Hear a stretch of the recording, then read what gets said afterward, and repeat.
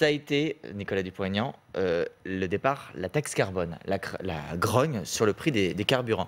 Sibeth Ndiaye, encore ce matin dans le journal Le Parisien, nous dit qu'il faudra bien sûr trouver d'autres solutions pour créer un consensus et lutter contre le réchauffement climatique. Est-ce que vous vous dites, la taxe carbone, la transition écologique, c'est terminé, c'est derrière nous, on n'y reviendra jamais? La transition écologique, c'est fondamental.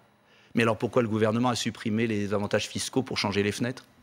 La transition écologique, c'est fondamental, mais pas en pénalisant ceux qui bossent et qui ont besoin de leur voiture pour bosser. Il faut une taxe carbone aux frontières extérieures de l'Union européenne. Quel est l'intérêt de faire venir des cargos bourrés de containers de produits chinois? Mais c'est curieux, c'est le même gouvernement qui prend des écolos sur la liste européenne de Madame Loiseau et qui a signé le CETA, le traité de libre-échange.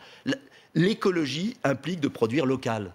Donc, toute ma politique, toute notre idée à Debout la France, c'est on allège les charges de ceux qui produisent en France et on taxe les produits qui viennent de l'extérieur. Ça, c'est le seul moyen de faire de l'écologie. Et même M. Jadot l'a reconnu. Il m'a écouté dire ça à un débat.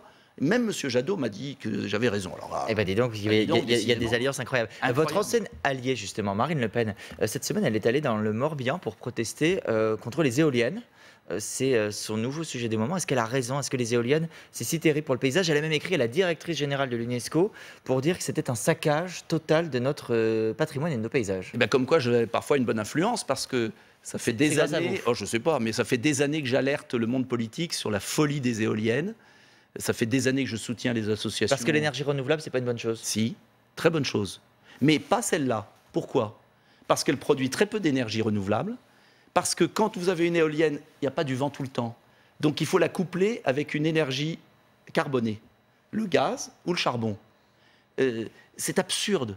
Et il y a des bonnes énergies. Qu'est-ce que vous proposez à la place? Je propose d'abord les économies d'énergie.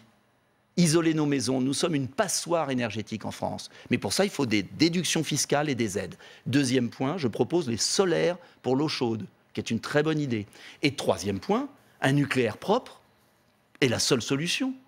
L'Allemagne a supprimé toutes ses centrales et son électricité produit 6 fois plus de carbone que nous.